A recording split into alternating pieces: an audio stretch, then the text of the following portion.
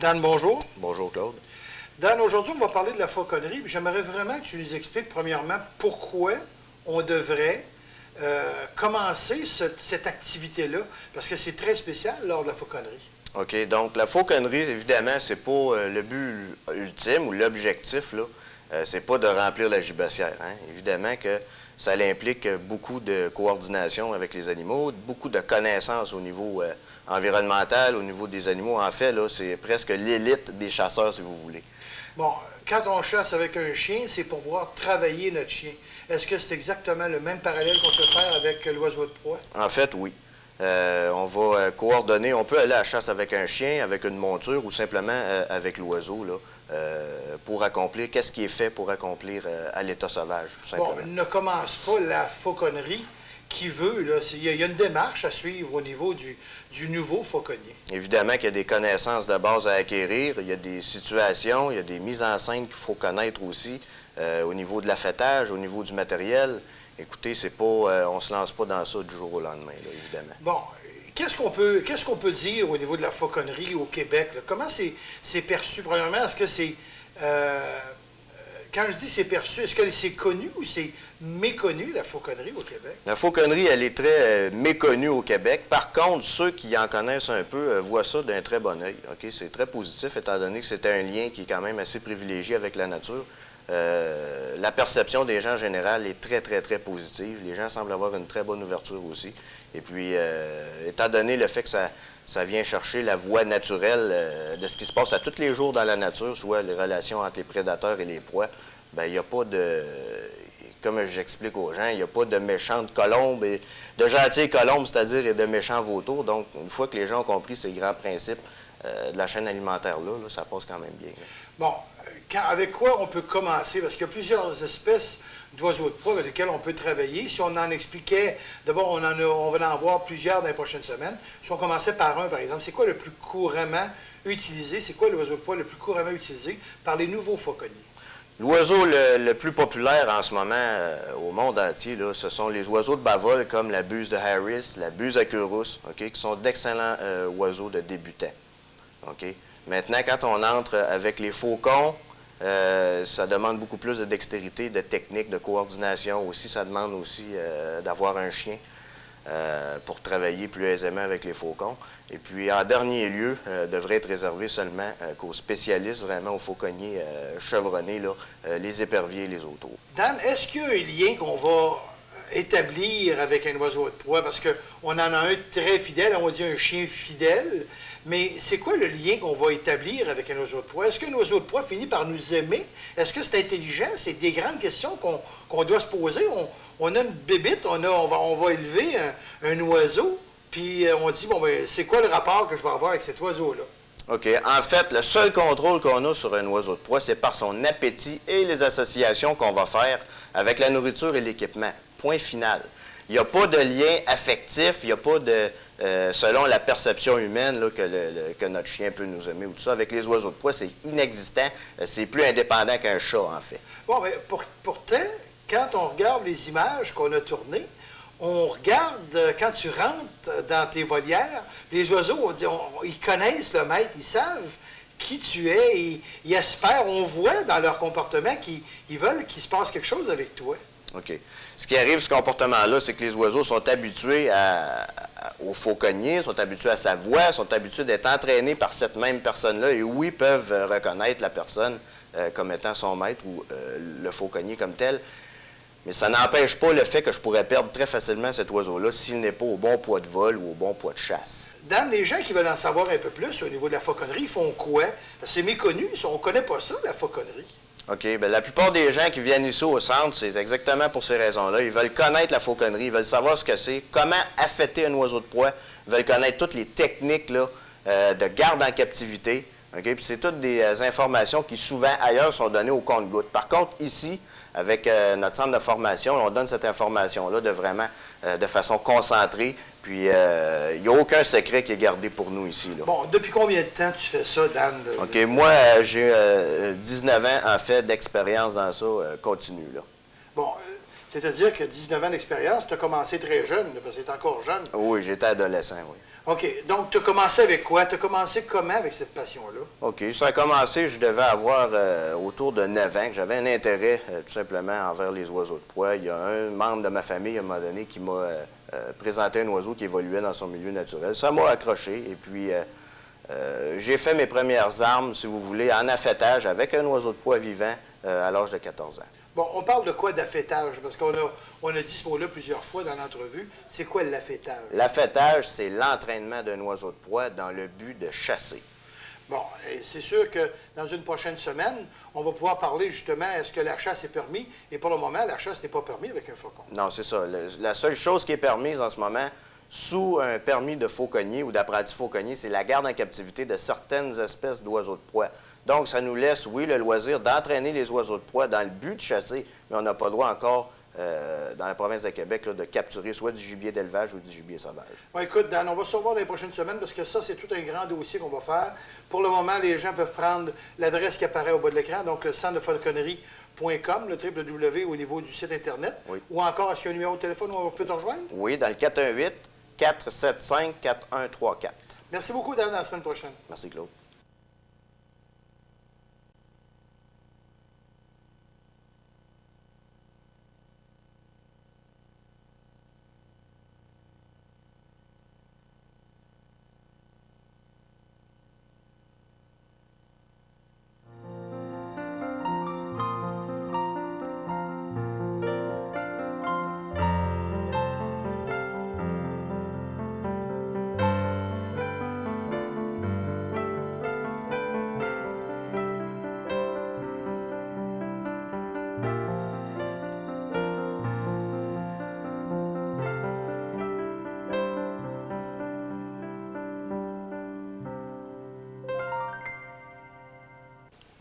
Dan, lors d'une dernière chronique, on a parlé de la fauconnerie, mais ça vient d'où la fauconnerie? Si on faisait un peu d'histoire autour de la fauconnerie. L'histoire de la fauconnerie, en fait, ça aurait commencé il y a plus de 4000 ans. OK? Ce qu'on ne sait pas à l'époque, il y a 4000 ans, est-ce que les oiseaux étaient utilisés pour de la chasse au vol ou tout simplement par fascination pour eux, étaient gardés en captivité comme ça?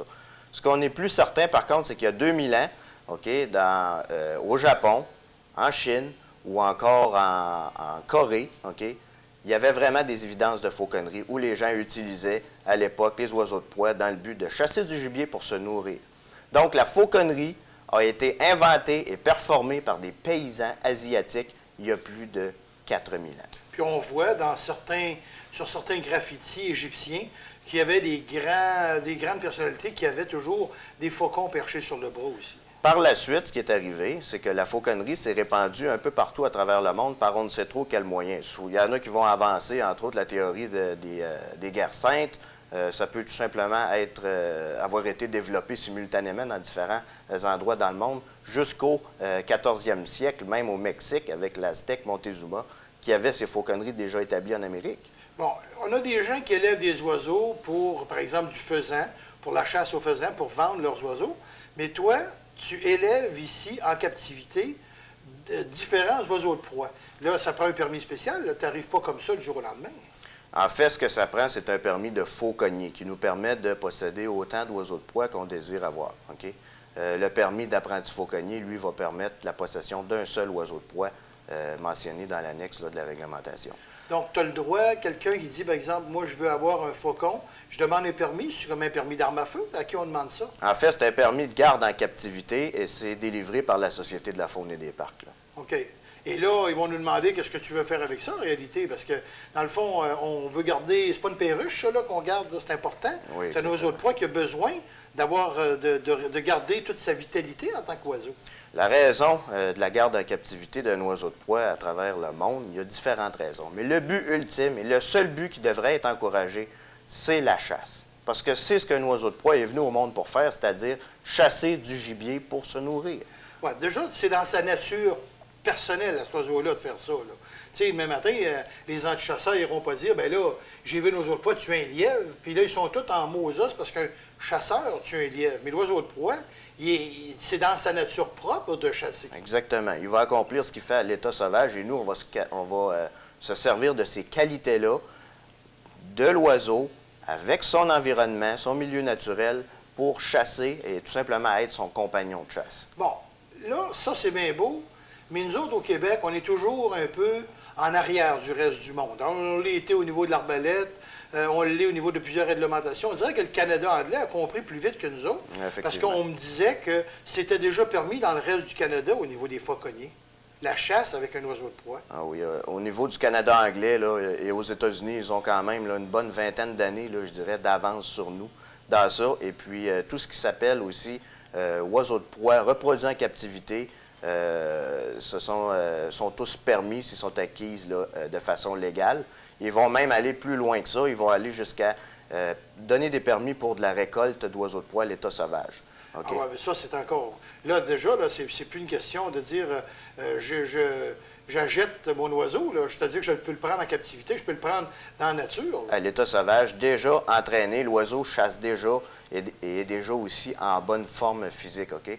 Mais le fait de trapper un oiseau de proie à l'état sauvage, ça va tout simplement aider cet oiseau-là, qui est dans sa première année, à passer au travers de son premier hiver. Donc, tout ce qu'on fait, c'est un plus pour la nature, puisque l'année suivante, on va relâcher cet oiseau-là. Bon, ça veut dire qu'on n'est pas évolué encore une fois. On a 20 ans derrière, on l'avait déjà dans l'arbalète. Est-ce qu'il y a une volonté gouvernementale ou finalement, c'est qu'on est encore borné ou on ne connaît pas ça? On pourrait plutôt dire qu'on ne connaît pas ça ou on ne veut pas connaître ça. Au niveau de la direction de la protection, de la direction de l'aménagement de la faune, il semble y avoir là, de sources sûres, OK, une bonne ouverture d'esprit et ils veulent emboîter le pas vers la chasse et vers l'autorisation de nouvelles espèces d'oiseaux de proie reproduites en captivité, dont je parle entre autres des aigles et des hiboux. OK. Ouais, mais là, on a une ouverture d'esprit. Ça veut dire quoi, là? Vous autres, vous êtes les fauconniers. Est-ce que vous vous battez tout le temps avec le gouvernement pour faire admettre ce sport-là, finalement, parce que c'est un sport? Exactement. C'est un art, mais c'est aussi un sport puisqu'on va aller à la chasse. OK? Donc, le but, c'est de chasser du gibier sauvage. Et l'engin de chasse, finalement, serait reconnu, l'oiseau de proie serait reconnu comme un engin de chasse, si vous voulez, même si ce n'est pas un engin, là. Mais les gouvernements ont adopté la loi sur la fauconnerie, garde en captivité, dans le but éventuellement là, de développer au niveau de la chasse. Merci, Dan.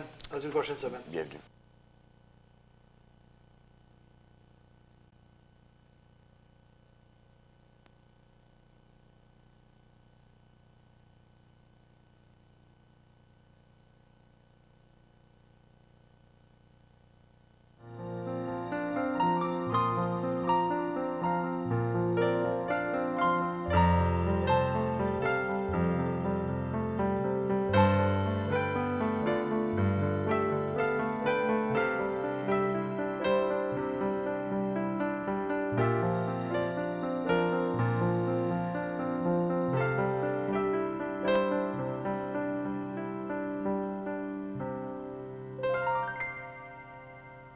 Dan, bonjour. Bonjour, Claude. Dan, aujourd'hui, j'aimerais ça qu'on parle justement comment on élève ça à un oiseau de proie. Qu'est-ce qu'on fait avec un oiseau de proie quand on s'en procure un? Parce que toi, ici, au Centre de la fauconnerie traditionnelle du Québec, tu vas nous expliquer en nous vendant l'oiseau tous les soins à apporter, parce que c'est, comme j'ai déjà dit dans une dernière chronique, c'est pas une perruche que tu mets là, que tu donnes juste des graines. Là. Il y a un entretien incroyable à donner à un oiseau comme celui-là. Exactement. À partir du début de l'affêtage, aller jusqu'au vol libre, OK, il y a énormément de points, de considération, d'enchaînement, d'entraînement à faire. OK? À commencer par l'équipement. OK? C'est un équipement qui est quand même spécialisé, qu'on va confectionner soi-même ou encore qu'on va se procurer chez un magasinier, par exemple, spécialisé dans le domaine de la fauconnerie. Au niveau des techniques d'affêtage, évidemment, il y a différentes techniques qui existent. Par contre, celle que j'enseigne ici au centre, c'est la méthode traditionnelle qui est la plus sûre, OK, pour la sécurité des oiseaux et qui donne le meilleur résultat aussi. Bon, écoute, nous, on est en mesure d'en parler. On voit des démonstrations que tu as faites où on est habitué de voir ce genre de démonstrations-là dans des expositions où tu as des gens qui viennent de l'Ontario qui viennent donner des démonstrations d'oiseaux de proie. Comment c'est ça qu'il n'y a pas personne au Québec qui en donne de ces démonstrations-là? Bien, en fait, la réglementation n'était pas en faveur de ça. OK? C'était réservé probablement à des jardins zoologiques ou des personnes spécialisées comme ça. Mais en fait, il n'y a pas vraiment d'expertise au Québec au niveau de la fauconnerie comme telle. Pour ce qui est de donner des spectacles, bien évidemment qu'on a des parcs d'attractions, OK, qui vont viser une clientèle X, là, mais la fauconnerie, c'est vraiment spécifique. C'est de la chasse. Bon. Quand on parle d'un oiseau, comme je te mentionnais au départ, il y a des soins à apporter à ça pour être sûr que notre oiseau reste en santé. On ne met pas ça dans une petite cage à poulet, là. Non, justement. Tout l'équipement qu'on va utiliser, aller du perchoir jusqu'à la nourriture qu'on va lui donner, OK? C'est toutes des incidences qui sont importantes. C'est toutes des considérations, OK, pour éviter des maladies.